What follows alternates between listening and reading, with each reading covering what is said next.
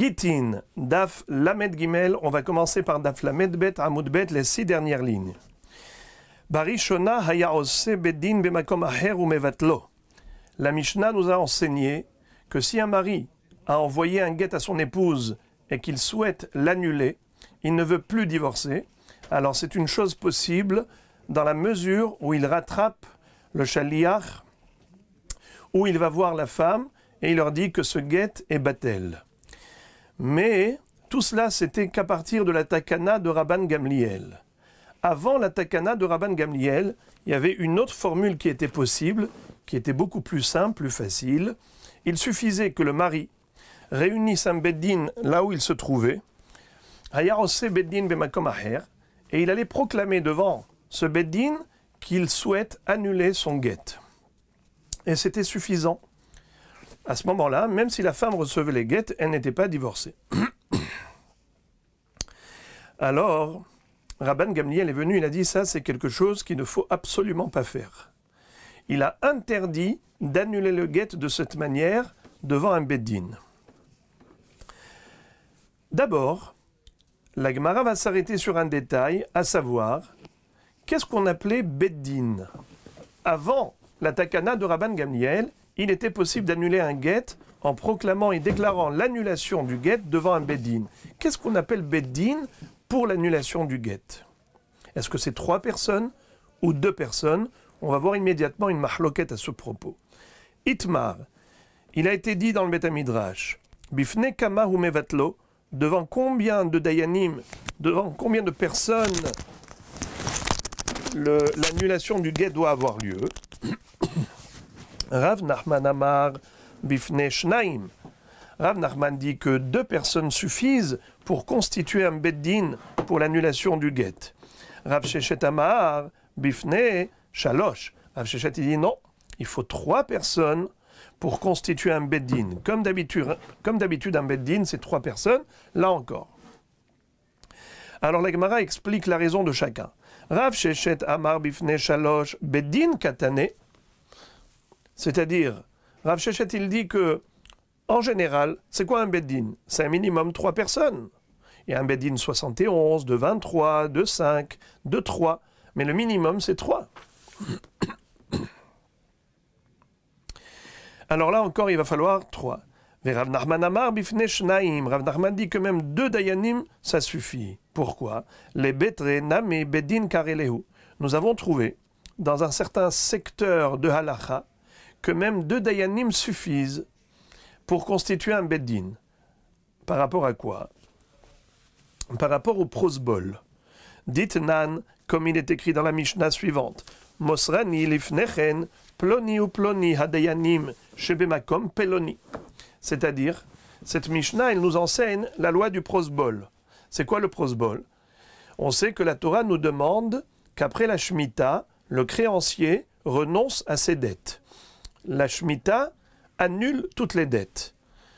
Par rapport au prêt, évidemment. Lorsque quelqu'un a prêté de l'argent, il ne peut plus réclamer cet argent après la Shemitah. Et Hillel Hazaken avait vu que les gens ne prêtaient plus, sachant pertinemment qu'une fois que la Shemitah sera écoulée, ils ne pourront plus réclamer leur argent. Alors, ils ne prêtaient plus. De ce fait, qu'est-ce qu'il a fait? Une takana, prosbol. D'ailleurs, la traduction du mot prosbol, pros, c'est takana, bol, ça veut dire riche. Prosboli ou bouti. Il a fait une takana pour les riches et les pauvres, que les pauvres puissent trouver des emprunts, et que les riches fassent leur mitzvah de prêter, et qu'ils ne s'abstiennent pas uniquement par rapport au fait qu'ils risquent de perdre leur argent à l'issue de la Shemitah. En quoi consiste l'idée du prosbol? Rashi nous explique que l'interdiction de réclamer les dettes après la Shemitah, elle incombe au créancier. Loïgos et Re'eu, il n'a pas le droit de réclamer la dette. Mais le beddin, maintenant, c'est ce qui va se passer. C'est que le créancier il va aller voir le beddin, il va lui dire, écoutez, cher beddin, désormais, je vous transmets toutes mes dettes. C'est vous qui allez réclamer les dettes, pas moi. Étant donné que c'est le beddin qui va réclamer la dette, donc il n'y a pas de issour de loïgos. Loïgos, c'est par rapport au créancier qui a prêté. Mais le beddin, il agit en tant que beddin, pas en tant qu'individu créancier. De ce fait, par ricochet, en transmettant ses dettes au Beddin, Moser shtarotav les Beddin, désormais il n'y a plus de Issour de réclamer ses dettes après la Shemitah, puisqu'il le fait par le biais du Beddin. En tout cas, comment Rav Nachman a voulu déduire de là que 2 Dayanim s'appellent Beddin? Eh bien, en effet, si on compte le nombre de fois où il y a écrit Ploni ou Ploni à Dayanim, il y a écrit 2 fois Ploni. Un tel et un tel sont des Dayanim. Donc tu vois que pour le prosbol, il est suffisant d'avoir 2 personnes comme Dayanim, et voilà, on a un Beddin. Alors là encore, à propos de l'annulation du guet, quand la Mishnah nous dit qu'on peut installer un Beddin pour annuler le guet, combien de Dayanim faut-il? Eh bien, le minimum. Comme on a trouvé qu'il existe pour le prosbol un Beddin constitué que de 2 Dayanim, et ça s'appelle tout de même Beddin, Dayanim, pareil pour l'annulation du dette. Il est suffisant d'avoir 2 Dayanim. Ça, c'est l'opinion de Rav Nachman. Rav Sheshet Amar, mais Rav Sheshet qui n'est pas d'accord et qui exige 3 Dayanim, comment il va réfuter cette preuve?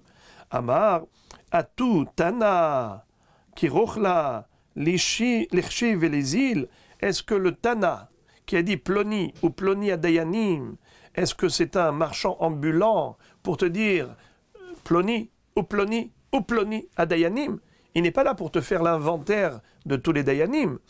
Ce n'est pas un marchand ambulant qui est en train de te présenter tout ce qu'il a à te vendre. Des stylos, des aiguilles, toutes sortes de bricoles. Le Tana, ce n'est pas un marchand ambulant. Donc il a dit Ploni ou Ploni, et à toi de comprendre qu'il faut rajouter un 3e, comme on dit, Vechoulé, etc. Mais, évidemment que même pour le prosbol, selon Rav Sheshet, il faut 3 Dayanim. Alors, Rav Nachman a pris en considération cette réfutation. Voilà pourquoi il va proposer une autre preuve de la même Mishnah. Amar Rav Nachman, Mina Aminala. D'où je le dis, d'où je le sais, que en effet, 2 Dayanim suffisent. Dites Nan, car il est écrit dans la suite de cette Mishnah, Hadayanim hotmin le mata o haedim. Qui est-ce qui va signer sur le prosbol? Les Dayanim ou les Edim? Ma ilav Dayanim dumia de Edim, ma Edim shenaim av Dayanim namish naim. A priori, du fait que la Mishnah les a comparés, les Dayanim au Edim, c'est pour les comparer au niveau du nombre. De la même façon que Edim, un témoignage est constitué de 2 Edim au minimum, Alpishnaim Edim Yakum Davar. Ainsi, les Dayanim doivent être au nombre de 2. 2 Dayanim sont suffisants pour le prosbol. Et bien voilà ma preuve. Vers Rav Sheshet qui lui n'est pas d'accord, il dit que le prosbol il en faut 3 Dayanim.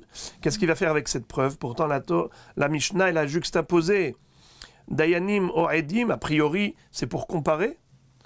Il dit Mide Iria, Hakede Ita, Ve Hakede Ita. Quel rapport? Edim, il en faut 2. Dayanim, il en faut 3. Chacun et son statut. Alors, la Malil Mitna Dayanim, la Malil Mitna Edim. Si Edim c'est suffisant ou Dayanim c'est suffisant, pourquoi on a besoin de parler de Dayanim si Edim c'est suffisant? Hakamash Ma'lan. Voici ce qu'on avait voulu nous enseigner. Delosh nakatov belashon dayanim vehatme edim velosh nakatov belashon edim vehatme dayanim. C'est pour nous enseigner qu'il n'y a pas de différence au niveau de la formulation du prosbol. On peut écrire en tant que dayanim et signer en tant que edim, ou l'inverse, écrire en tant que edim et signer en tant que dayanim. Imaginons que les dayanim qui ont signé, au début ils ont écrit nous sous-signons les Dayanim, et à la fin, quand ils ont signé, ils ont écrit comme ça, Ploni Aed, Ploni Aed, Ploni Aed. Ils n'ont pas mis Ploni Dayan dans la signature. Ils ont mis Aed. Eh bien, c'est pas grave. Ou même l'inverse. Au début, on écrit Zikaron Aedut, Zikaron Dvarim, comme si c'était des Edim qui parlaient. Et puis à la fin, on voit que ce sont des Dayanim qui signent. Ploni Dayan, Ploni Dayan. Voilà comment Rav Sheshet explique le fait qu'on ait comparé qu'on ait mélangé Edim avec Dayanim.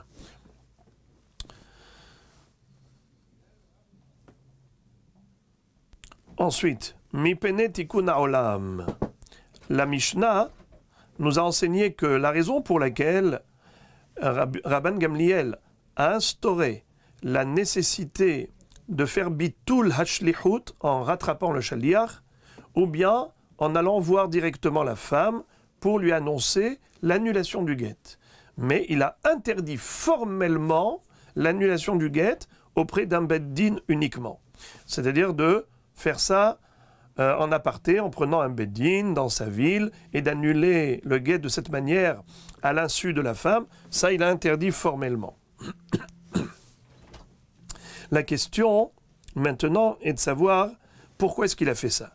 La Mishnah nous a expliqué la raison de cette akana, c'est parce que il a voulu faire tikkun haolam pour réparer le monde, pour la réparation du monde. Qu'est-ce que ça veut dire tikkun haolam? Pour le bien du monde. Rabbi Yochanan Amar mipene takanat mamzerim. Rabbi Yochanan nous dit que ce qui aurait pu y avoir comme conséquence, si jamais Rabban Gamliel n'avait pas fait cette takana, eh ben, il y aurait pu y avoir chasvé shalom des mamzerim dans le monde. Pourquoi? Car lorsque le mari annule le guet, la femme n'est pas au courant. Elle va aller se remarier en pensant qu'elle est divorcée. Parce qu'elle ne sait pas que son mari a annulé le guet devant un beddin dans sa ville. Elle se trouve très loin. Elle va aller refaire sa vie, elle va se remarier. Et en réalité, elle n'est pas divorcée parce que le guet a été annulé par le mari. Ne sachant pas qu'elle n'est pas divorcée, elle peut avoir des mamzerim. Donc premièrement, c'est une femme mariée qui va avec quelqu'un d'autre et les enfants seront des bâtards. Voilà pourquoi Rabban Gamliel a dit qu'il est terminé. On ne fait plus de bitul haget devant un beddin chez soi. Reish Lakish Amar mipene takanat agunot. Reish Lakish a donné une autre raison. Il va dire que c'est pour éviter une multiplication de femmes bloquées, de agunot. Comment est-ce que les femmes pourraient être bloquées? Imaginons que le mari ait décidé de divorcer son épouse. Depuis longtemps, ils sont séparés. Elle se trouve dans un autre pays, dans une autre ville. Elle attend impatiemment son guet. Enfin, il a décidé de lui envoyer. Et voilà qu'est-ce qui s'est passé. Pit-homme, soudain, le mari prend la mouche, il s'énerve. Il dit non. Je ne veux pas qu'elle refasse sa vie. Même si on ne vit pas ensemble, mais je veux qu'elle reste bloquée. Je ne veux pas qu'elle aille connaître quelqu'un d'autre. Ça peut être très grave. Si le mari peut facilement annuler le guet en prenant un beddin chez soi et de le faire, eh ben c'est trop facile. Juste pour embêter sa femme et la maintenir à Aguna, il va annuler le guet. C'est pour ça que Harim dit non, on ne va pas faciliter la tâche de l'annulation du guet. Lorsqu'un mari souhaite le faire, alors il va falloir qu'il se déplace lui-même, ou par chaliar qui se déplace jusqu'à la femme, ou pour aller rattraper le premier chaliar. Et de cette manière, le mari ne va s'investir dans cette démarche et faire autant d'efforts que s'il est sincère, que s'il est sérieux, que si vraiment il veut vivre avec son épouse. Là, il va vraiment annuler le guet. Mais juste pour l'embêter, il ne va pas faire une telle démarche. Voilà pourquoi Hachamim, Rabban Gamliel, a rendu l'annulation du guet plus difficile, parce que si c'était trop facile, au moindre coup de tête, le mari, dès qu'il a envie d'embêter sa femme et la maintenir à Aguna, il prend chez lui 3 personnes et il annonce, et il déclare devant eux l'annulation du guet, et voilà qu'elle est Aguna. Pour éviter ce genre de choses, voilà pourquoi, nous dit Reish Lakish, Rabban Gamliel a fait cette takana. Maintenant, la Gemara va nous expliquer, la Gemara va nous expliquer la raison de cette marloquette entre Rabbi Yochanan et Reish Lakish, et elle va nous dire quelque chose de très beau. Elle va faire dépendre la marloquette de Rabbi Yochanan et Reish Lakish de la marloquette précédente entre Rav Nachman et Rav Sheshet. Rav Sheshet et Rav Nachman avaient dit que le beddin en question, c'est un beddin soit de 3 dayanim, soit de 2 dayanim. Rav Nachman dit 2, Rav Sheshet 3. Maintenant, Rabbi Yochanan et Rish Lakish, ils sont en marloquette, à savoir quelle est la raison pour laquelle Rabban Gamliel a fait cette takana. Est-ce que pour Hashash Mamzerim ou bien pour éviter de multiplier des ragunot? Eh bien, la marloquette Rabbi Yochanan et Rish Lakish dépend de la marloquette Rav Sheshet et Rav Nachman. Comment?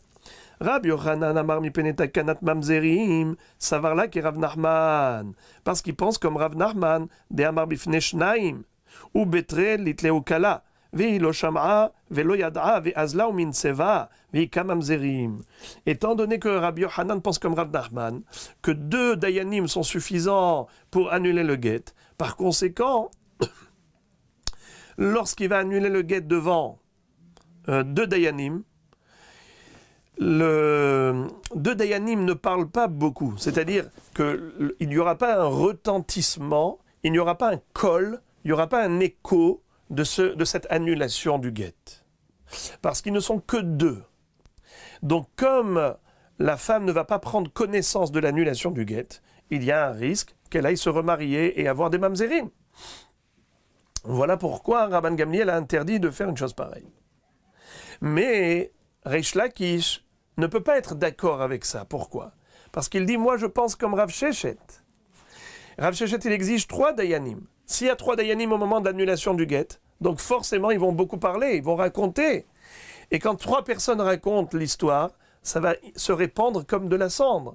Ça va se faire connaître par tous. Donc forcément, les échos de cette annulation vont parvenir aux oreilles de la femme. Donc elle saura que son mari a annulé le guet. Elle saura que le guet n'en est pas un, il n'est pas valide. Donc elle ne va pas aller se remarier. Donc il n'y aura pas de mamzerim. De quel mamzerim tu parles? Donc c'est pour ça que Rish Lakish n'avait pas d'autre choix que d'expliquer le tikkun ha'olam par rapport au agunot. Parce qu'il ne pouvait pas expliquer, comme Rabbi Yochanan, que c'est par rapport au mamzerim, parce que Be'emet, il n'y a pas de risque de mamzerim. On va lire dans le texte. Rish Lakish amar mipene takanat agunot, savar la kerav sheshet, de amar bifne shlosha. Ou betlata, itleu kala. Quand il y a 3 dayanim, il y a forcément du kol. Veshama, et elle va entendre qu'il y a eu annulation du guet. Veyadra, elle prendra connaissance. Velomin seva, elle ne va pas se remarier en tant que eshet ish. Vetakanat agunot ou deika. S'il y a lieu de faire une takana, c'est uniquement par rapport au risque de agunot. Tanu Rabanan, bitlo mevutal, divrei Rabbi. Rashbag Omer, eno yachol lo levatlo, velo leosif altenao, shimken makoh bedin yafe. Maintenant, la Gemara nous cite une baraïta dans laquelle on retrouve une mahloket entre Rabbi et Rabban Shimon ben Gamliel. À savoir, une fois que Rabban Gamliel a fait cette takana, qui consiste à interdire au mari de faire un bitul haget devant un beddin, c'est-à-dire qu'il n'a pas le droit de rester chez lui dans sa ville et de réunir 3 personnes ou 2 personnes pour déclarer devant eux l'annulation du guet qu'il a envoyé à son épouse. Car comme on vient d'étudier, il y a soit un risque de mamzerim, soit un risque de hagunot. Dans tous les cas de figure, il est en infraction si jamais il se permet d'annuler le guet devant le beddin au lieu d'aller chercher le shaliach ou d'annoncer à son épouse que le guet est batel, que le guet est annulé. Question, quel est le din a posteriori? Si cet homme a commis cette infraction et il a annulé son guet devant un beddin à l'encontre de l'institution de Rabban Gamliel, quel est le din a posteriori? Est-ce que le guet est batel ou pas? Selon Rabbeinu HaKadosh, bitlo mevutal. Bediavad, a posteriori, le guet il est batel. Bien qu'il était en infraction, puisque Rabban Gamliel a interdit de faire une chose pareille, mais s'il a quand même fait, eh bien, Bedi Avad, le guet est batel. Rabban Shimon ben Gamliel Omer, eno yachol lo levatlo velo leosif altenao, sheimken makoh bedin yafe. Rabban Shimon ben Gamliel va dire que ce bitul haget, cette annulation du guet n'est pas valable. Pourquoi? Puisque Rabban Gamliel et son beddin ont institué l'interdiction d'annuler le guet à l'insu de son épouse ou du shaliach, alors maintenant, il n'est plus possible d'annuler le guet devant un beddin. Pourquoi? Parce que sinon, à quoi ça sert que Rabban Gamliel ait institué cela? L'institution rabbinique du Beddin de Rabban Gamliel ne servirait plus à rien. Imken, Makoh Beddin Yafé. Alors, si on peut passer outre la takana d'un Beddin comme celui de Rabban Gamliel et qu'on fasse ce qu'on a envie de faire, alors à quoi ça a servi ce que Rabban Gamliel a fait? Si on peut passer outre, eh bien, c'est la raison pour laquelle va dire Rabban Shimon ben Gamliel que cette loi, elle est implacable. Et même si ce bonhomme a annulé son guet devant un petit beddin chez lui dans sa ville, ça ne sert à rien. Cette annulation, elle est caduque.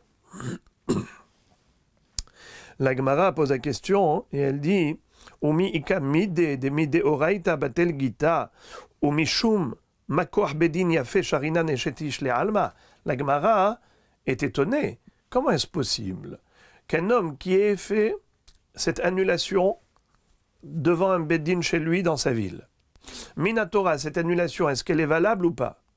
Bien sûr qu'elle est valable, Minatora. C'est seulement Rabban Gamliel qui a dit qu'il ne faut pas faire ça. Donc Minatora, cette femme, est-ce qu'elle est divorcée ou pas? Elle n'est pas divorcée, puisque ce bonhomme a annulé son guet, donc le guet n'est plus valide. S'il n'est plus valide, donc elle n'est plus divorcée. Elle ne peut pas être divorcée par ce guet. Et de ce fait-là, elle n'a pas le droit d'aller se remarier. Qu'est-ce qu'est en train de nous dire Rashbag? Que non, elle peut aller se remarier avec quelqu'un d'autre. Pourquoi? Étant donné que Rabban Gamliel a interdit de faire une annulation comme ça en aparté devant un petit beddin dans sa ville, alors, désormais, même si le mari a fait cela, ça ne sert à rien. Comment ça ne sert à rien? Ça ne sert à rien que par rapport à l'institution rabbinique de Rabban Gamliel. Mais Minatora, cette annulation, elle est valable, et par conséquent, le guet, lui, n'est pas valide. Si le guet n'est pas valide, donc le divorce n'est pas prononcé. Si le divorce n'est pas prononcé, donc c'est une échette ish. Si elle va se marier avec quelqu'un d'autre, les enfants devraient être mamzerim selon la Torah. Comment Hachamim pourrait permettre à une échette ish d'aller se remarier? La Gemara de répondre oui, en effet, c'est possible. Les Hachamim ont ce pouvoir. Comment? Kol de mekadesh adata de rabanan mekadesh ve'afki'inhu rabanan le kiddushin mine. Voilà l'explication que donne la Gemara.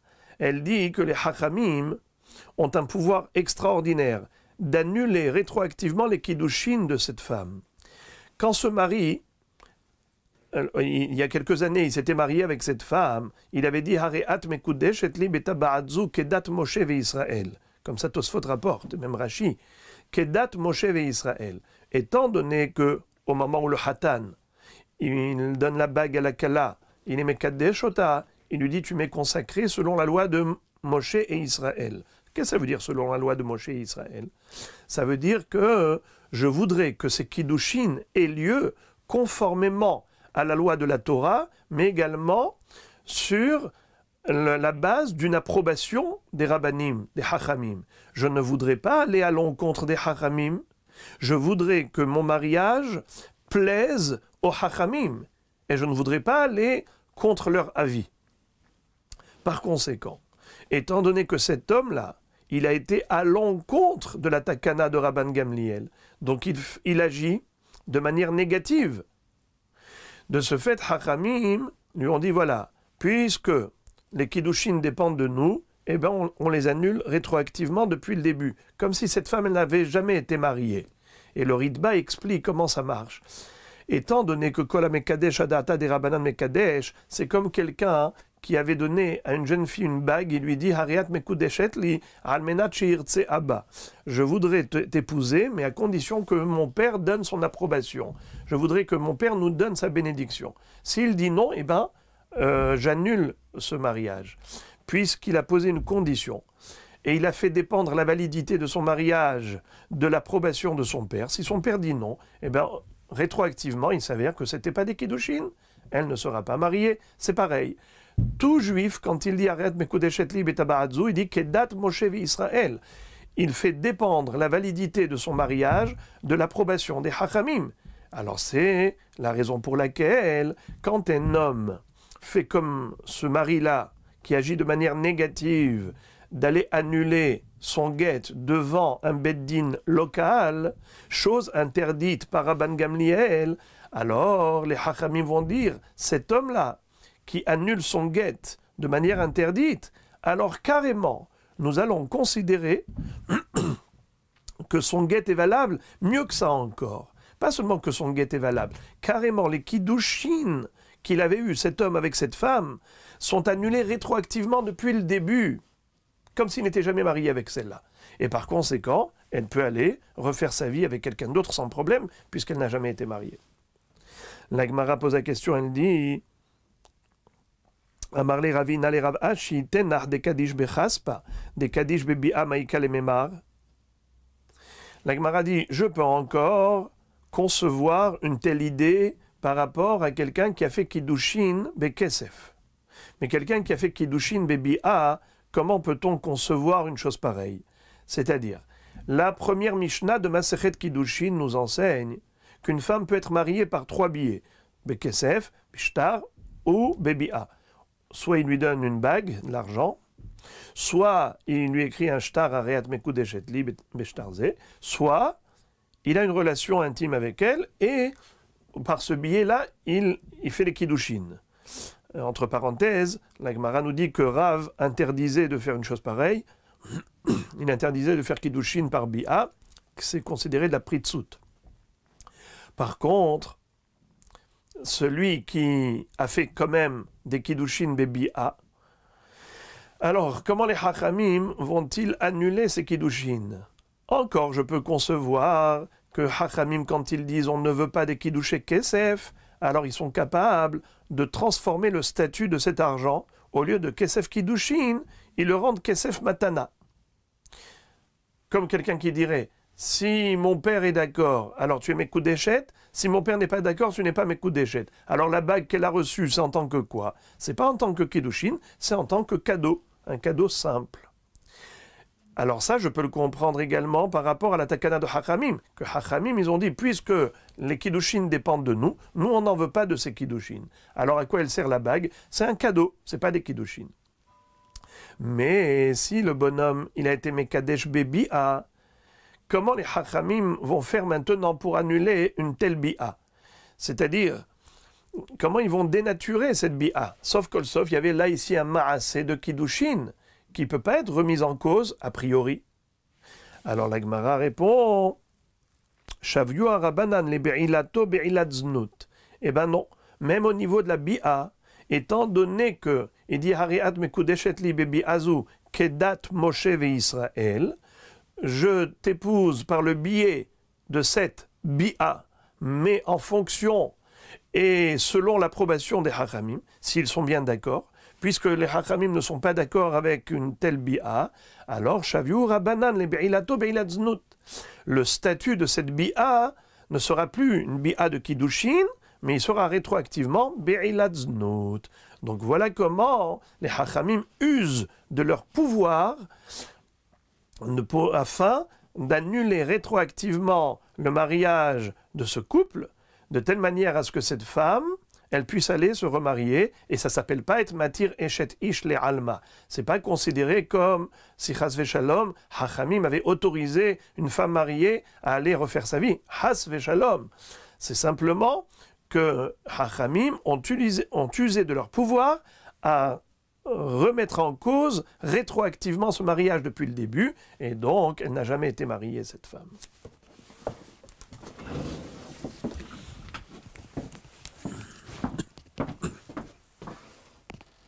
Tanu Rabanan, Amar le Asara, kitvu get le ishti, Yachol levatel ze shelo bifne ze.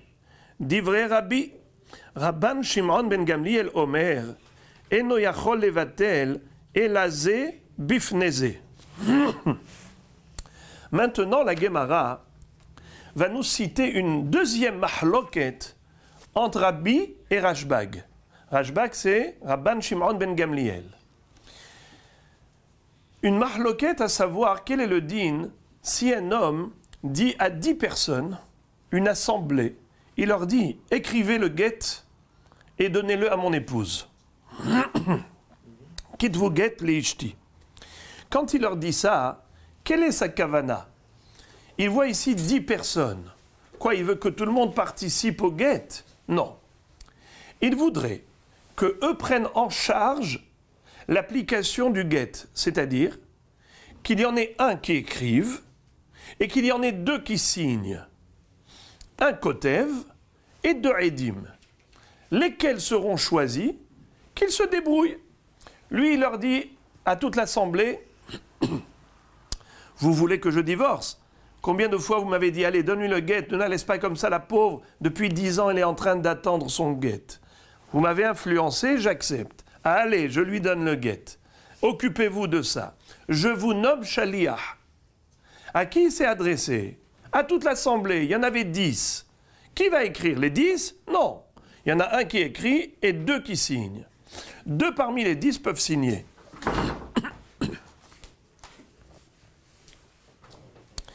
Maintenant, imaginons que ce mari-là, il a pris, je ne sais pas qu'est-ce qui s'est passé, il a eu une dispute avec l'un d'entre eux.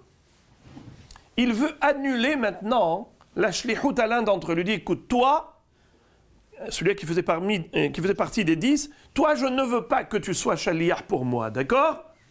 Je t'annule. Je ne veux pas que tu sois shaliach.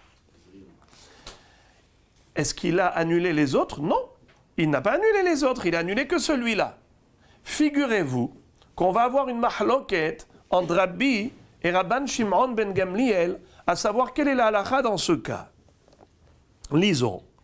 Amar le Asara, kitvu get le ishti, yachol le vatel, ze shelo bifneze. Divrei Rabbi. D'après Rabbi, il peut annuler un parmi les 10 sans aucun problème. Rabban Shimon ben Gamliel Omer, eno yachol le vatel, elaze bifneze. Rabban Shimon ben Gamliel, il dit non, il ne peut annuler. S'il a envie vraiment d'annuler, il faut qu'il les réunisse tous les 10. Et à ce moment-là, il pourra annuler l'un d'entre eux. Il ne peut pas l'annuler en aparté. Il faut qu'il les réunisse tous. Et là, à ce moment-là, il peut dire, toi, monsieur, je ne veux pas que tu sois mon shaliach. Rabbi dit, oui, il le peut, l'annuler en aparté. Et Rabban Shimon ben Gamliel va dire, non, il faut qu'il les réunisse tous afin d'annuler celui qu'il veut annuler. Maintenant, la Gemara cherche à comprendre quelle est la raison de chacun. Dernière ligne. Pardon. Troisième avant-dernière ligne. Bemaï kamefalge. Quel est l'objet de leur discussion?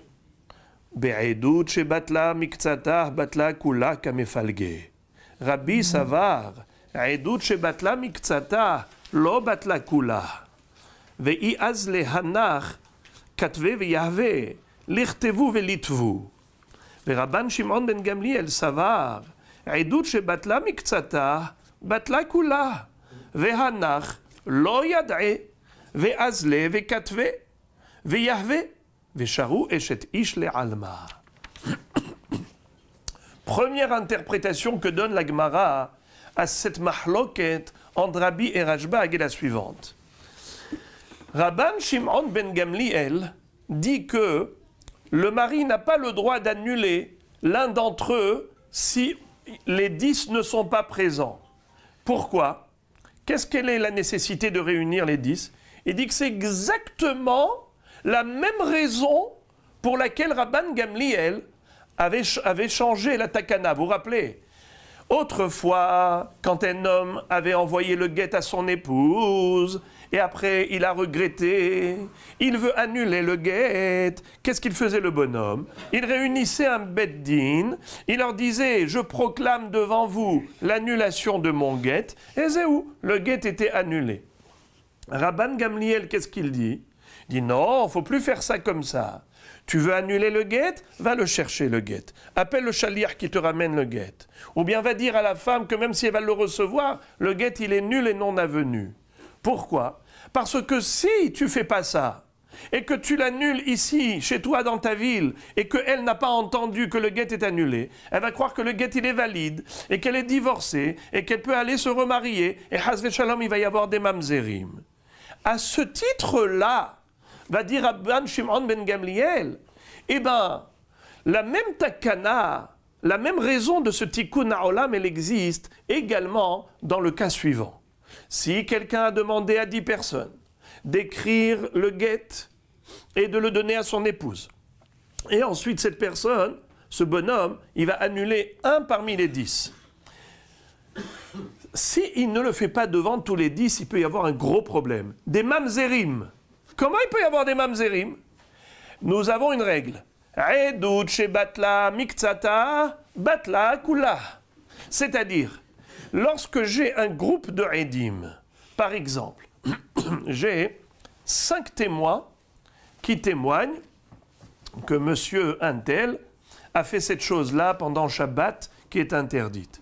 Et on va l'amener au tribunal et on veut là-bas l'exécuter, par exemple, n'est-ce pas? Et il s'avère que l'un des 5 témoins, c'était le frère de ce bonhomme. Karov au Passoul, il est Karov, un proche parent, il ne peut pas être témoin. Donc il est nul. Ce témoin, il est nul. Mais figurez-vous, puisque c'est un seul groupe, s'il y en a un qui est annulé, Edut shebatla miktsata batla kula, ils sont tous annulés. Et donc ce témoignage n'est pas valable du tout. À ce titre-là, nous dit Rabban Shimon ben Gamliel, la même chose chez nous. Quand tu as 10 personnes, et ils étaient tous shaliach, tu veux être mevatel la shlichut, sache une chose, si tu es mevatel un shaliach parmi les 10, eh bien ils sont tous annulés, aucun n'est shaliach. De la même façon que edut shebatla miktsata batla kula, ainsi, shlichut shebatla miktsata batla kula. Tu as nommé 10 shaliach, tu as annulé un, eh bien ils sont tous annulés. Le problème, c'est que si tu vas annuler l'un d'entre eux en aparté, à l'insu des autres, et eux ils ne sont pas au courant, ils vont croire qu'ils sont des shlichim valables. Qu'est-ce qu'ils vont se dire? Lui nous a nommé shaliach pour divorcer sa femme. Il va y avoir un qui va aller écrire le guet, et 2 autres vont signer le guet, et ils vont l'apporter à la femme, et ils vont lui dire, voici ton mari nous a envoyé pour t'apporter le guet. Alors qu'en réalité, ce guet, il est nul. Pourquoi? Puisqu'ils ne sont plus shaliach. Ils agissaient en tant que shaliach. Shlucho shel adam kemoto. Le shaliach, c'est comme la personne elle-même, c'est comme le mari lui-même, mais à condition qu'il soit shaliach. Or, cette shlichut, elle a été annulée. Elle a été annulée comment? Pas parce qu'il les a annulés les 9. Il a annulé un parmi les 10. Automatiquement, les 9, ils sont annulés. Mais eux, ils ne sont pas au courant. Ils ne le savent pas. Ils pensent qu'ils sont encore shaliach. Et ils agissent encore en tant que délégués. Ils pensent qu'ils sont délégués. Qu'est-ce qu'il peut y avoir à Botaï? Mamzerim. Comment il peut y avoir des mamzerim? Cette femme, elle va recevoir le guet, elle va croire qu'elle est divorcée, elle va aller se remarier. Les enfants qu'elle aura, c'est des bâtards. Parce qu'en réalité, le guet n'était pas un guet valide, puisqu'il n'était plus shaliach. Voilà pourquoi Rabban Shimon ben Gamliel va dire qu'il n'a pas le droit, il n'a pas le droit d'annuler un parmi les autres. Il n'a pas le droit d'annuler un parmi les autres. Eno rachai levatel et la zébifneze. Tu veux annuler? Tu annules que s'ils sont tous là réunis. Qu'ils sachent que si tu as annulé un, ils sont tous annulés. À ce moment-là, c'est bon. Et si tu as annulé un tout seul, ton annulation, elle est caduque. Elle est caduque, pourquoi? Parce que Rabban Gamliel avait dit qu'une annulation qui se fait à l'insu de la femme, elle est caduque. La même chose, l'annulation d'un shaliach parmi tant d'autres, elle est caduque s'ils ne sont pas tous réunis au moment de l'annulation de ce shaliach. Mais Rabbeinu Akadosh, Rabbi va dire non. Il va dire, je ne suis pas d'accord avec toi, Rashbag. Le mari a le droit d'annuler un parmi les autres. Pourquoi? Quel est le risque? C'est que les autres ne sachent pas qu'il a été annulé, ils vont aller écrire et donner le guet. Qu'à cela ne tienne. Pourquoi? Parce que Rabbi, qu'est-ce qu'il pense? Edut shebatla miktsata lo batla kula. Même s'il y a eu un shaliach qui a été annulé, ce n'est pas grave. Les 9 autres sont valides. Ils peuvent être des bons shaliach. Et ils vont aller écrire le guet, ils vont le signer, ils vont le donner. Qu'à cela ne tienne, tout va bien dans le meilleur des mondes. Pourquoi? Parce que la shlichut, elle est valable pour tous les autres. Edut shebatla miktsata lo batla kula.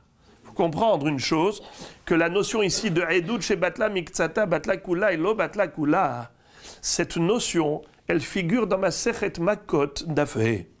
Là-bas, on parle des témoins, et quand comme on a dit tout à l'heure, un témoin qui a été invalidé, ça remet en cause l'ensemble du groupe des témoins. Mais ici, ça n'a rien à voir. Pourquoi est-ce qu'ici on en parle? C'est juste ce qu'on appelle Hash'alat Lachon, un langage emprunté. Comme là-bas on a vu que Edut shebatla miktsata batla kula ou lo batla kula, ici on a dit Shlichut shebatla miktsata batla kula ou lo batla kula. Mais c'est pas pareil. Ici on a dans Shlichut, là-bas on est dans Edut. On n'est pas du tout dans les mêmes secteurs de halacha, mais nous avons simplement voulu employer un lachon qui est connu. Ok. La Gemara, je suis dans la 4e ligne. Vei ba'itima dechule alma. Deuxième interprétation possible de cette mahloket entre Rabbi et Rashbag. Et je vais vous dire d'ailleurs pourquoi la Gemara a cherché à donner une deuxième interprétation. Quelle était la nécessité de nous trouver maintenant une autre explication à cette mahloket entre Rabbi et Rashbag? Eh bien, je vous rappellerai que précédemment, nous avions appris dans le Hamoud Aleph, la mahloket entre Rish Lakish et Rabbi Yohanan. Est-ce que le tikkun ha'olam, la raison pour laquelle Rabban Gamliel a fait cette takana, mipene tikkun ha'olam, ça voulait dire pour éviter des mamzerim, ou bien plutôt pour takanat agunot? Pourquoi Rish Lakish n'était pas d'accord avec Rabbi Yohanan en disant qu'il y a Hashash Mamzerim? Parce qu'il dit qu'il n'y aura pas de Mamzerim. Il y aura des échos. Et par conséquent, il n'y aura pas de Mamzerim. De ce fait, cette raison qu'on vient de donner maintenant par rapport à Mamzerim, ce n'est valable que pour Rabbi Yohanan. Mais pour Rish Lakish, pour quelle raison Rashbag et Rabbi sont en mahloket? Alors là, on va nous donner une autre explication. Ve'iba'itima dechule alma. Edut shebatla miktsata lo batla kula. Be'emet, même Rabban Shimon ben Gamli, elle est d'accord que quand on a annulé un seul shaliach, les autres, ils sont encore valables. Ils sont encore valides. Alors, quel est le problème? Pourquoi Rashbag a dit que Eno yachol levatel elazé bifneze? Pourquoi est-ce qu'il faut obligatoirement réunir les 10 pour annuler un d'après Rashbag? Réponse. Ici, la raison de Rashbag est la suivante. Kassavar, parce qu'il pense, Milta de mitabda be'ape asara, tsricha be'asara le mishlefa. Rashbag pense la chose suivante. Toute chose qui a été instaurée au sein d'une communauté, d'une collectivité, tu ne pourras modifier ou annuler quelque chose qu'à condition que tu réunisses et que tu rassembles l'ensemble de ces parties prenantes. C'est-à-dire que tu ne peux pas décider quelque chose au sein d'une collectivité et après, tu commences à modifier les clauses en aparté. Ça ne marche pas comme ça. On a fait les choses ensemble depuis le début. Tout changement, toute annulation, toute modification ne pourra se faire que dans la mesure où tu as réuni tout le monde. Alors ça, c'est l'opinion de Rashbag. Rashbag va dire, puisque il s'est adressé à qui quand il leur a dit « Quitte-vous, get les ishti » à qui il s'est adressé? Aux 10. Maintenant, qu'est-ce qu'il veut faire? Il veut annuler l'un d'entre eux. Pour annuler l'un d'entre eux, tu as besoin de réunir les 10. Ça, c'est ce qu'il dit Rashbag. Rabbi, qui dit non, Yachol levatel ze shelo bifnei ze. Tu peux annuler l'un même à l'insu des autres. Il dit parce que tu n'as pas besoin d'aller chercher tout le monde pour toute modification ou annulation. Tu as le droit d'annuler l'un parmi les 10, même sans la présence des 10. Voilà comment la Gemara nous donne comme explication en seconde la manière d'interpréter la mahloket. Maintenant qu'on a ces deux interprétations possibles de la mahloket de Rabbi Rashbag, la Gemara, regardez ce qu'elle va poser comme question. Ibaya lehu. Les Hachamim s'étaient posé la question suivante. Kulechem mahu. Tama de Rashbag, mishum de Kassavar, Edut shebatla miksata batla kula, vehane kevan de amarleu kulechem, lo matsu katve veyahve, odilma, Tama de Rashbag, mishum de Kassavar, kol milta de mitabda beape beasara, tzricha beasara le mishlefa, vehilkar, afilu kulchem nami. What is it? Nous avons ici un cas de figure atypique. Lorsqu'un homme, un mari, va s'adresser à 10 personnes et il leur dit « Vous tous, kullechem, je vous nomme shaliach pour écrire et donner un guet à mon épouse. » Quand il leur a dit « kullechem », cela sous-entend, pas comme on avait dit tout à l'heure, un il écrit et 2 signes parmi les 10. Non, kullechem. Je voudrais que vous participiez tous à l'écriture de mon guet. Comment? Un va l'écrire et les 9 autres vont signer. Ce qui veut dire, Kullam hotmin, tout le monde va signer, de manière à ce que kullechem. Ah, quel est le din maintenant si je veux annuler l'un d'entre eux? Qu'est-ce que penserait Rashbag? Rabban Shimon ben Gamliel, qu'est-ce qu'il pense dans ce cas? Alors, tout dépend de la raison qu'on a donnée précédemment. Si je dis que la raison pour laquelle Rashbag nous avait imposé de réunir tout le monde, dans le cas précédent de Kitvuget Leishti, pourquoi il nous avait imposé cela? Parce qu'il pense que Edut chez Batla Miktsata Batla Kula. Quand tu es Mevatel un shaliach, c'est comme si tu es Mevatel toute la shlichut. Et par conséquent, il peut y avoir un drame, une catastrophe. Laquelle? C'est que les autres, ils ne savent pas que tu as annulé un d'entre eux. Eux, ils pensent qu'ils sont shaliach. Alors il peut y avoir 3 parmi les autres qui vont, un il va écrire, 2 ils vont signer, ils vont donner le guet à la femme, elle va croire qu'elle est divorcée alors qu'en réalité, la shlichut elle est betela, la shlichut a été annulée. Parce que quand il y mevatel 1, il y mevatel les 10. C'est pour cela que Rashbag disait, il faut réunir les 10 pour qu'ils soient tous conscients qu'ils ne sont plus shaliach. Au moins ils sauront qu'ils ne sont plus shaliach et ils ne feront pas de bêtises en donnant le guet à la femme contre le gré du mari. Tandis que si je dis que la raison pour laquelle Rashbag a exigé le rassemblement des 10 pour annuler un, ce n'est pas du tout pour une histoire de Edut Shebatla Mitzata Batla Kula. Même Rashbag est d'accord que Edut Shebatla Mitzata Lo Batla Kula. Si j'ai annulé un, je n'ai pas annulé les 9 autres. Eh bien les 9 autres, ils sont valides et ils peuvent donner le guet sans aucun problème. Alors pourquoi Rashbag, il avait tout de même exigé le rassemblement des 10? Vous savez pourquoi? C'est parce que lui, il pense Kol milta de mitabda be'asara, tsarich be'asara le mishlefa. Chaque chose qui est faite au sein d'une collectivité, alors tu as fait ça avec 10 personnes, si tu veux modifier ou annuler un détail quelconque, il faut rassembler les 10. Alors, si c'est cela la raison, alors écoutez bien la différence entre kulechem et pas kulechem. Quand il dit kulechem, la différence entre cette raison et cette raison. S'il dit kulechem, rabotaï, qu'est-ce qu'on a dit? Qui est-ce qui doit signer? Les 10. Les 10. Imaginons qu'il ait annulé l'un d'entre eux. Il lui a dit, toi, je n'en veux plus de toi. Lui, il ne va pas signer. Alors, qu'est-ce qui va se passer? On va signer 1, 2, 3, 4, 9. Où est-ce qu'il est le 10? Où est-ce qu'il est le 10e? Alors, ils vont dire, ah, il a annulé. Ah bon? Il a annulé? Alors, on ne peut pas donner le guet. On est tous annulés. Edut batla miksata, batla kula. Si je dis que c'est ça la raison, dans kulechem, il n'y a pas de risque de mamzerim. Il n'y a pas de risque de mamzerim.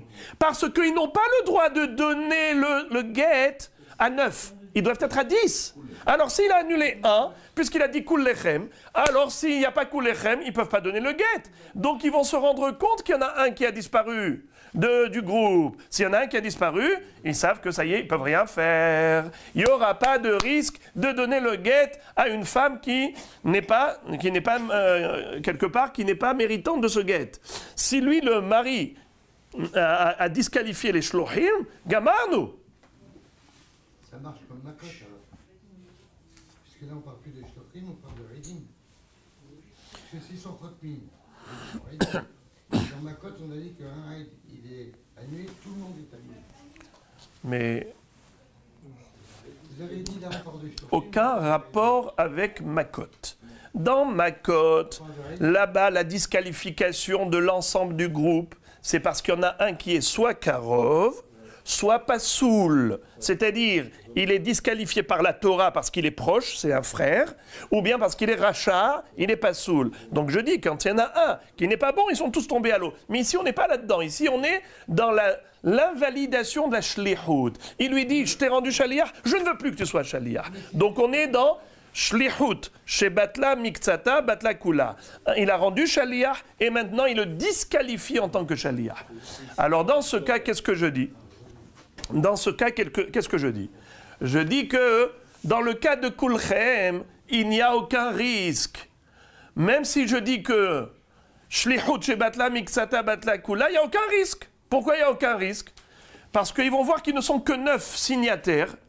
Or, ils savent qu'il a dit Kul Lechem, donc il faut 10 signatures. Il en manque une, ils ne donneront pas le guet. Donc, il n'y a pas le risque de mamzerim. Tandis que si tu dis que la raison pour laquelle Rabban Shimon ben Gamliel dit pourquoi est-ce que c'est pas bon? C'est parce que quand on dit il faut réunir tout le monde. Alors là, tu ne peux pas annuler un parmi les 10. Pourquoi? Parce que la règle étant, on ne peut modifier les clauses du contrat qui a été établi devant 10 que si les 10 sont réunis. Alors dans ce cas-là, même quand il dit Kul Lechem, tu ne peux pas annuler un s'ils ne sont pas les 10 présents. Donc il faut les 10 présents. Voilà la différence entre cette raison et cette raison par rapport à Rashbag. Et là, nous avons, à partir de ce moment-là, regardez la tentative de l'Agmara. Tashma. Amar li shnaim, tenu get le ishti, yachol levatel, ze shelo bifne ze, divrei Rabbi. Rashbag Omer, eno yachol levatel, ela ze bifne ze.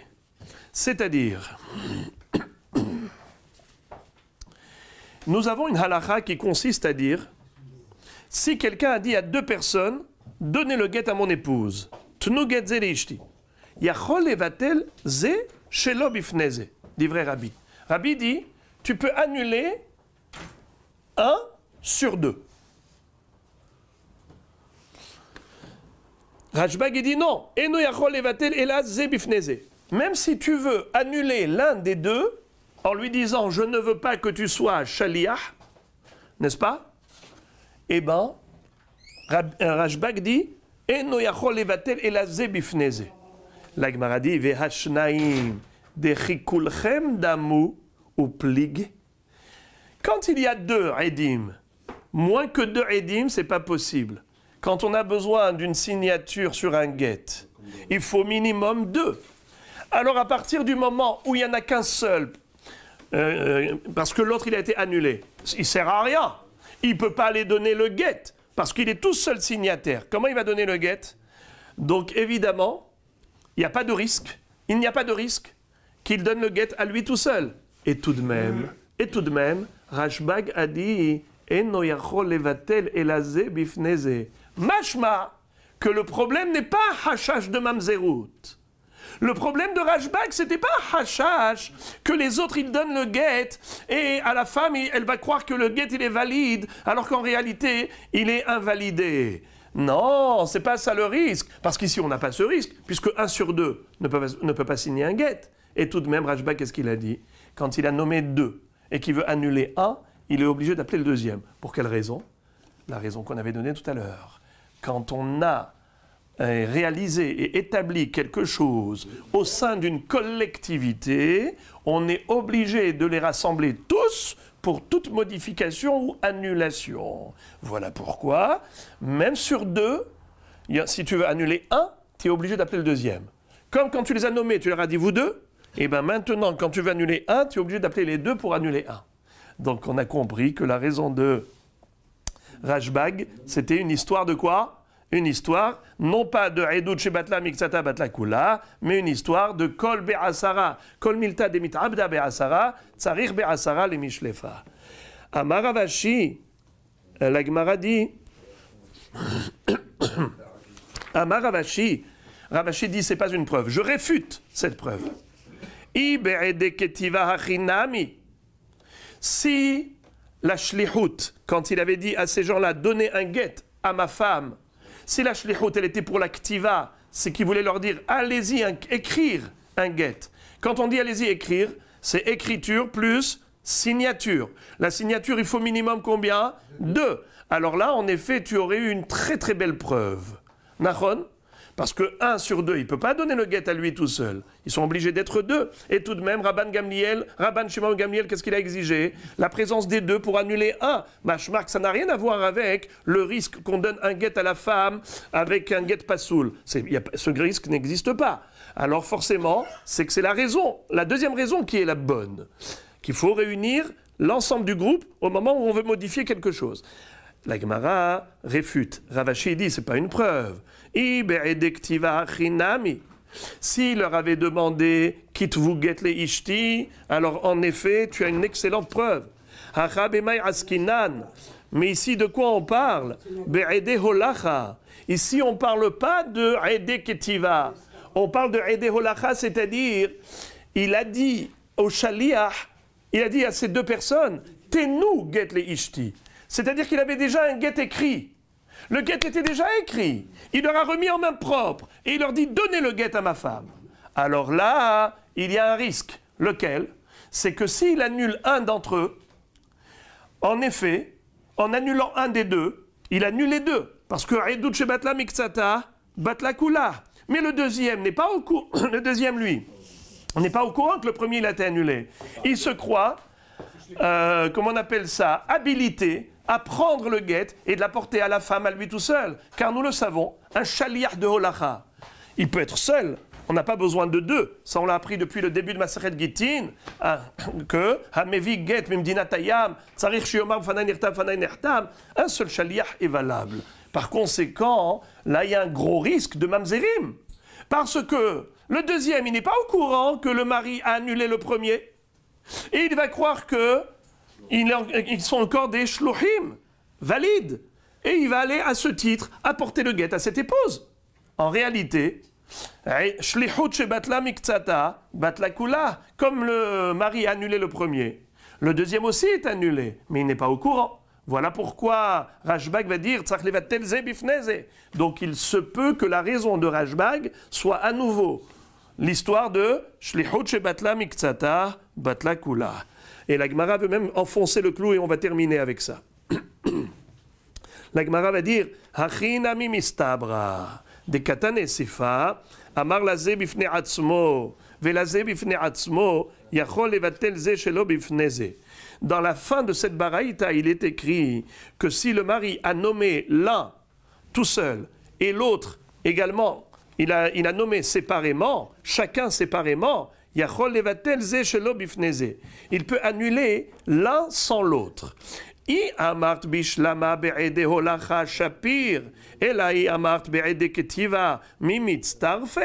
C'est-à-dire, nous avons une règle que, au niveau de l'activa, si quelqu'un veut nommer une edout, ha'amar mor en edoutan mitztarefet achir ush nehem ke'ehad. C'est-à-dire, lorsque nous sommes edim, il faut que nous voyons l'histoire en même temps.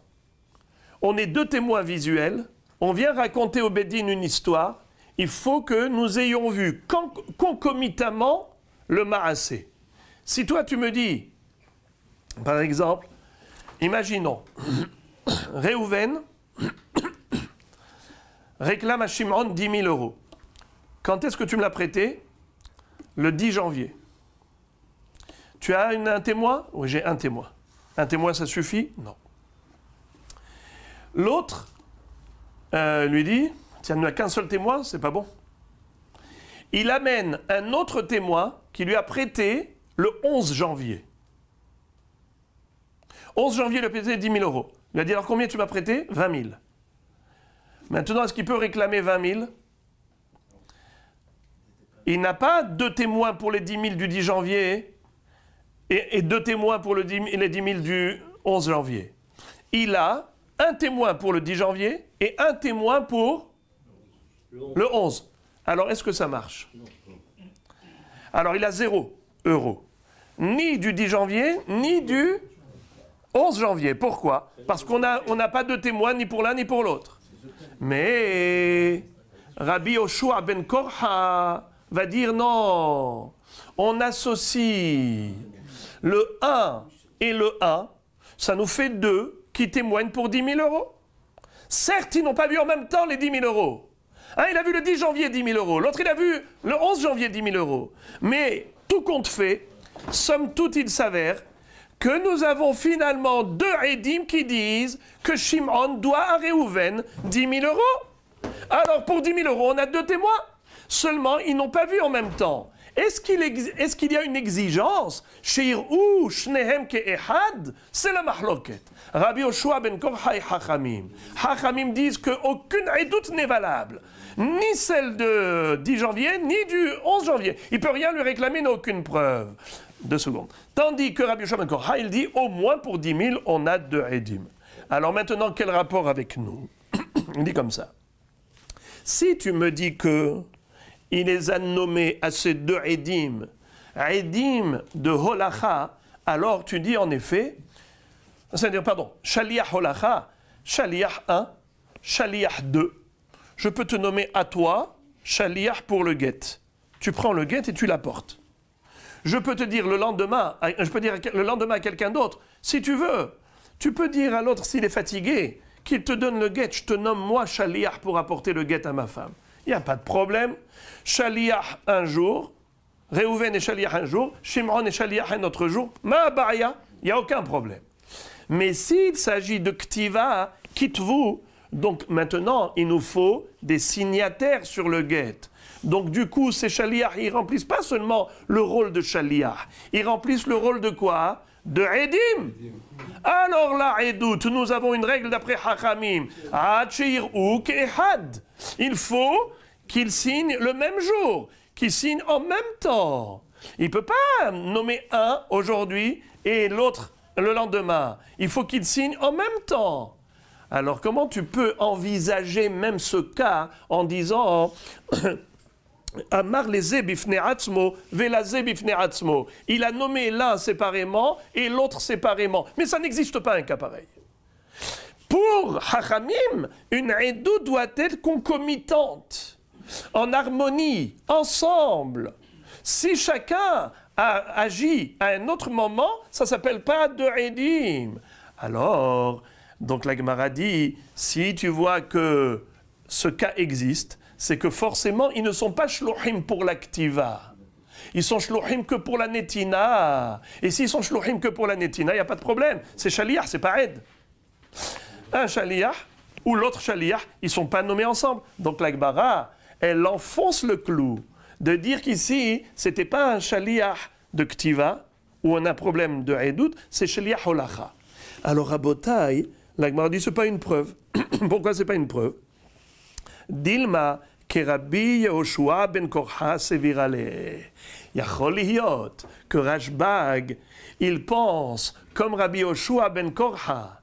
On vient de le dire que d'après Rabbi Yoshua ben Korha, la notion de edout, il est possible d'associer 2 edim pour 10 000 euros.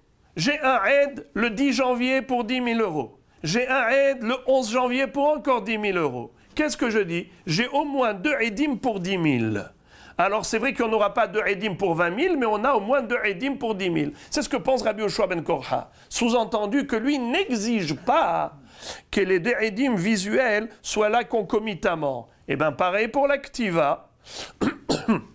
Ils n'ont pas besoin d'être édim concomitants. Un, il signe aujourd'hui, l'autre, il signe demain. Il n'y a pas de problème. Alors, c'est comme ça que la Gemara réfute la preuve. La réponse que tu as donnée, Ravashi, elle est bonne. Mais d'amener une preuve à cette réponse, on n'a plus de preuve. C'est-à-dire, en effet, il se peut, quand il lui a dit « Tenu getzeli ishti », on parle de shliach holacha et non pas de shliach ktiva.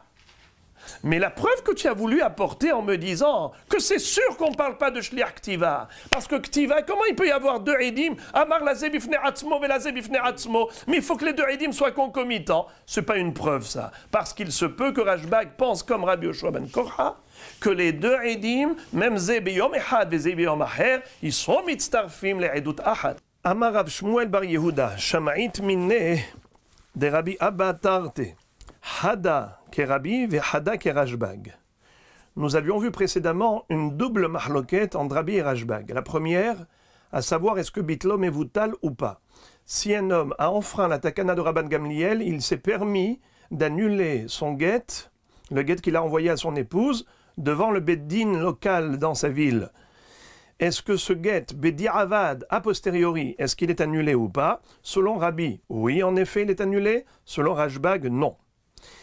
Deuxième mahloket, quel est le din lorsqu'une personne a dit à un ensemble, à un groupe de personnes, par exemple, il s'est adressé à 10 personnes, il leur a dit « Kitvu utnu get leishti » écrivez, donnez un get à mon épouse. Et ensuite, il a envie d'annuler l'un d'entre eux, c'est-à-dire il veut disqualifier l'un d'entre eux. Est-ce que c'est possible ou pas? Selon Rabban Shimon Gamliel, il faut obligatoirement une réunion plénière, c'est rassembler l'ensemble du groupe afin de pouvoir disqualifier l'un d'entre eux. Tandis que d'après Rabbi, il peut être mevatel zé shelo bifnei zé. Il n'est pas utile de réunir l'ensemble du groupe. Par rapport à cette double mahloket, quel est le psak halacha? Alors Rav Shmuel bar Yehuda va nous dire que pour la première mahloket, pour une des deux mahloktot, la halacha elle est comme Rabbi, et pour l'autre mahloket, la halacha est comme Rashbag. Velo yadana hei kerabi ve hei kerashbag. Mais il ne m'a pas précisé laquelle des deux mahloket, la halacha est tranchée comme Rabbi, et pour laquelle mahloket, la halacha est comme Rashbag. Amar Rav Yosef, nechze anan. Rav Yosef dit, on va réfléchir nous-mêmes. Dechi ataravdi mi amar, maase ve'asa Rabbi kedivre hachamim. Rav Dimi nous a raconté une histoire par rapport à Rabbeinu HaKadosh. Maase ve'asa Rabbi kedivre hachamim. Il était une fois un homme qui avait prêté de l'argent à son prochain et finalement l'autre n'a pas eu suffisamment d'argent pour rembourser. Qu'est-ce qu'a fait le Beddin? Il a saisi l'un des biens immobiliers qui a été ensuite revendu. C'est comme ça que l'emprunteur a pu avoir des liquidités, il a pu avoir de l'argent pour rembourser. Le seul problème, c'est que l'expert du Beddin s'est trompé au niveau de la... il s'est trompé au niveau de la valeur. Il avait soit rajouté un sixième, soit il a réduit d'un sixième. Osif shtut, opihet shtut. Alors Rabbeinu HaKadosh a dit, eh bien il faut tout recommencer. Il n'est pas question de faire perdre de l'argent soit au créancier, soit à l'emprunteur. Il faut que le bien immobilier soit vendu à sa juste valeur. Alors, il a annulé ce que le Beddin avait fait, ce qu'on appelle Shuma de Dayané. Ensuite, il y a un rave qui est venu qui lui a dit, il s'appelait Rabbi Prata. Amar lefanav Rabbi Prata, beno shel Rabbi Elazar ben Prata, beno shel Rabbi Parta Agadol, imken makour bedin yafe, vehazar Rabbi ve'asa keraban Shimon ben Gamliel. Qu'est-ce qui s'est passé? Rabbi Parta a dit qu'au nom de son grand-père, au nom de Rabbi Parta Agadol, il a dit que quoi? Que une fois que le Beddin a établi quelque chose, même s'il s'est trompé, il faut l'accepter. On ne peut pas remettre en cause l'action du Beddin, même si elle était erronée. D'imken makour bedin yafe. Qui a donné cette svara, cet argument de imken makour bedin yafe? C'est Rashbag, Rabban Shimon ben Gamliel. Donc Rabbeinu HaKadosh, il s'avère qu'il a reconnu que Rashbag a raison. Donc lui-même, il va être posé comme Rashbag. Donc en effet, par rapport à la première mahloket, est-ce que bitlo mevutal ou bitlo lo mevutal, Rabbi reconnaît finalement Rashbag, puisque selon Rabbi Parta Hagadol, lorsque Rabbi Parta Hagadol avait dit à Rabbi que Imken Makour Bedin y a fait, qu'est-ce qu'a fait Rabbi? Il s'est ravisé, il est revenu sur sa position, et il a dit, bon, même si le Bedin s'est trompé, ce n'est pas grave. On maintient la chouma des Dayanés afin de ne pas remettre en cause la qualité du Beddin. Sous-entendu que Rabbi lui-même, il adhère à l'opinion de Rashbag.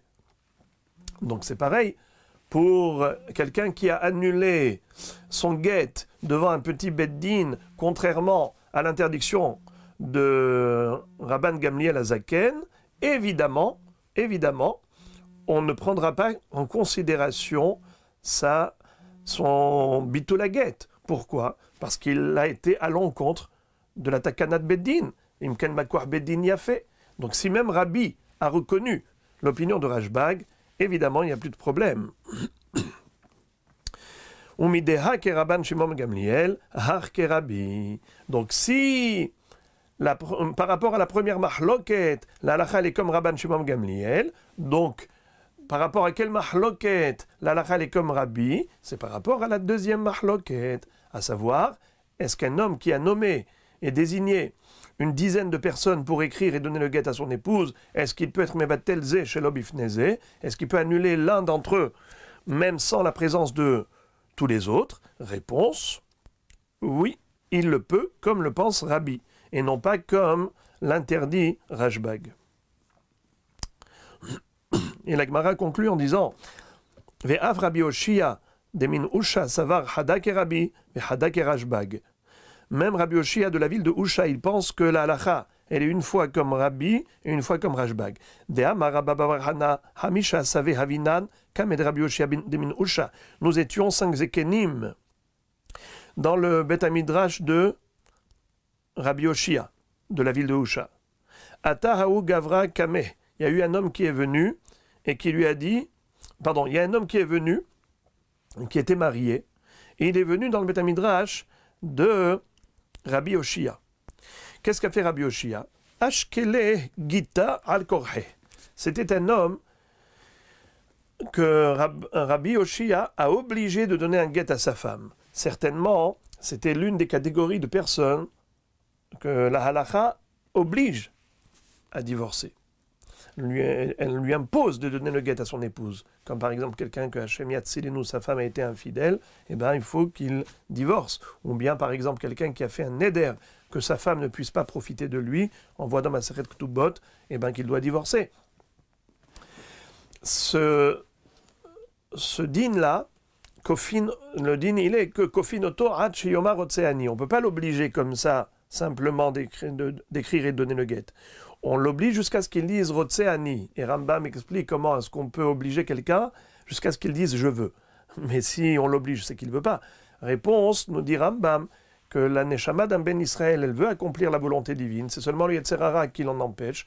Il suffit de l'obliger, c'est-à-dire de l'aider à se débarrasser de son Yetzer Hara. Et après, quand il dit Rotseani, je veux, c'est je veux. C'est sa Neshama qui veut faire la mitzvah.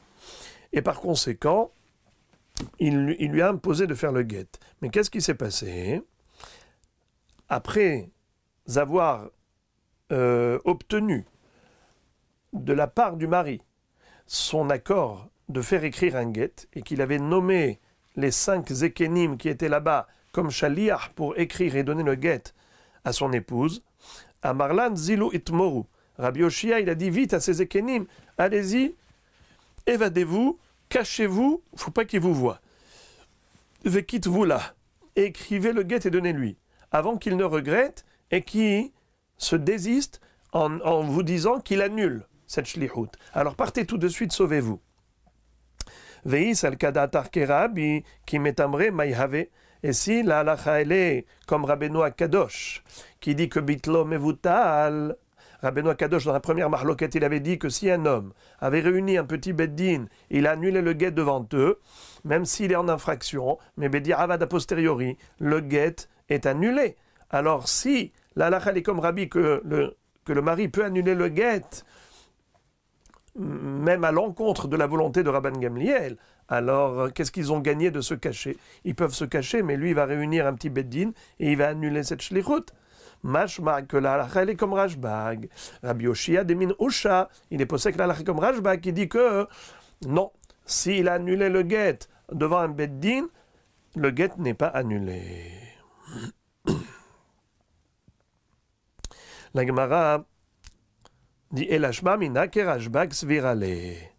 Veis al kadatach idach nami keraban Shimon ben Gamliel lamaleu itmure livderu avdure Elashma mina hada kerabi ve hada keraban Shimon ben Gamliel. Alors la Gemara dit en plus nous avons une preuve que Rabbi Yoshia demin Usha il est posé que la halacha par rapport à la deuxième mahloket comme Rabbi et pas comme Rashbag. D'où on le sait. Car si réellement la halakha, elle était comme Rashbag, même dans la deuxième mahloket, alors pourquoi est-ce que Rabbi Yoshia leur a dit d'aller se cacher? Il n'avait pas besoin de se cacher. Il aurait été suffisant de se disperser. Il suffit qu'il n'y en ait qu'un seul qui ne soit pas présent pour qu'on ne puisse pas annuler l'un d'entre eux. Puisque Rabban Shimon Gamliel, qu'est-ce qu'il disait? Quand quelqu'un a nommé un groupe de personnes comme shlichim, alors il ne peut même pas annuler l'un d'entre eux et le disqualifier en tant que shaliach, tant qu'il n'a pas rassemblé tout le groupe. Alors il aurait été suffisant de se disperser, pas de se cacher, même s'il envoie un. Mais tant qu'il n'y a pas les autres qui sont là, qui ne sont pas tous présents, il ne peut pas annuler aucun d'entre eux. Alors pourquoi ils avaient besoin de se cacher tous? Mashma que la halakha est comme Rabbi. Rabbi, qu'est-ce qu'il disait? Que si il veut annuler l'un d'entre eux, eh bien il peut annuler l'un d'entre eux. C'est pour cela que il leur a dit cachez-vous afin qu'ils ne voient aucun d'entre vous et qu'ils ne puissent annuler aucun d'entre vous.